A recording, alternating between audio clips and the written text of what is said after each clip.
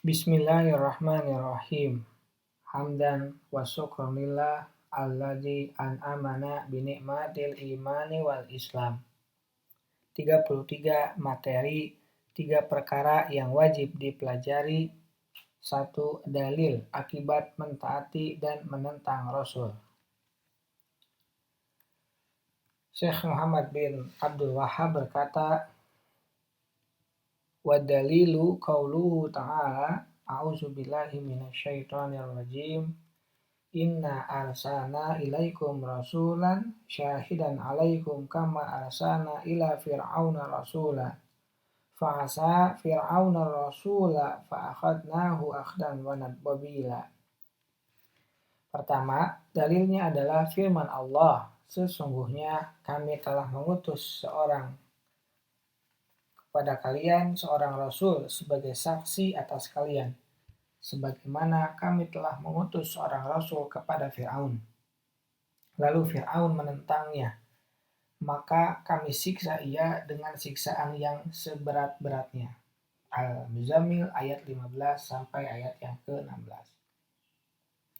Ulama yang memiliki keilmuan yang tinggi apabila menjelaskan sesuatu mengenai ajaran Allah selalu menyertakan dalil yang berasal dari Al-Quran maupun Al-Hadis. Setelah Syekh Muhammad bin Abdul Wahhab menjelaskan tentang akibat dari menaati Rasul dan menentangnya, maka beliau kemudian membawakan dalil yang berasal dari Quran surat Al-Muzammil ayat yang ke-15 dan ke-16. Dalam ayat yang dibawakan terdapat kata kalian. Yang dimaksud oleh para ulama adalah mencakup makhluk Allah berjenis jin dan makhluk Allah berjenis manusia.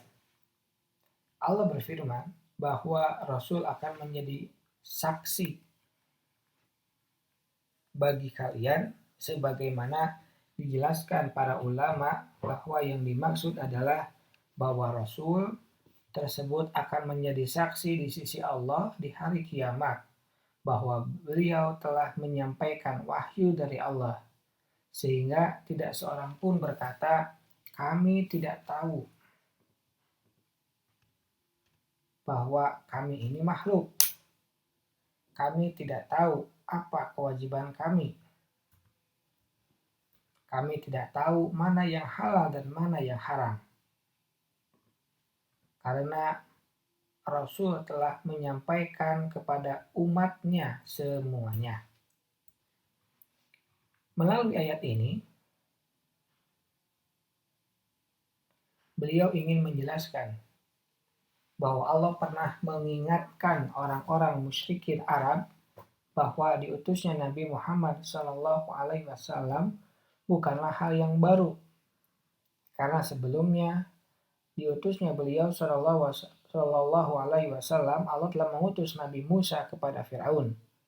Barang siapa yang membangkang kepada Nabi yang telah diutus oleh Allah, maka akan berakhir seperti Fir'aun yang dahulu memilih untuk membangkang kepada Nabi Musa dibandingkan taat kepada beliau. Pada akhir ayat 16 surat Al-Muzammil, Allah menjelaskan bahwa Fir'aun mendapatkan siksaan yang berat. Para ulama menjelaskan bahwa siksaan berat yang dimaksud adalah siksaan di segala alam dunia, yaitu siksaan di dunia, siksaan di barzakh, dan siksaan di akhirat. Di dunia, Fir'aun ditenggelamkan di Laut Merah sebagaimana dalam firman Allah, mimma khati'atihim ugriku fa'udkhilu naro falam yajidu lahum min dunillahi ansara. Disebabkan kesalahan-kesalahan mereka ditenggelamkan lalu dimasukkan ke neraka, maka mereka tidak mendapat penolong selain Allah. Quran surat Nuh ayat 25.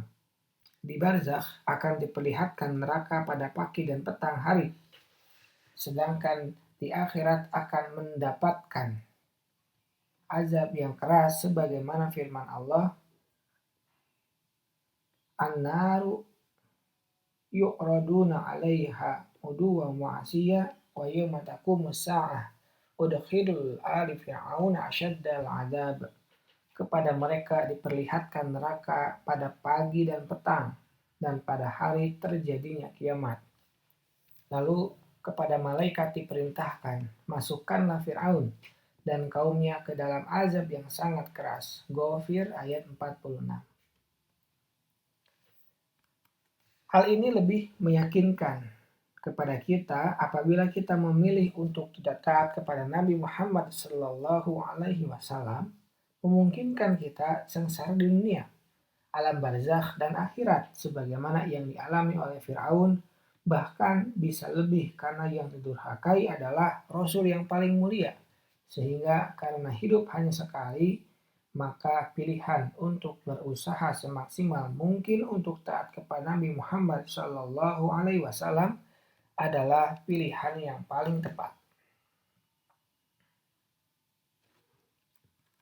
Subhanaka Allahumma wa bihamdika asyhadu an la ilaha illa anta astaghfiruka wa atubu ilaik. Assalamualaikum warahmatullahi wabarakatuh.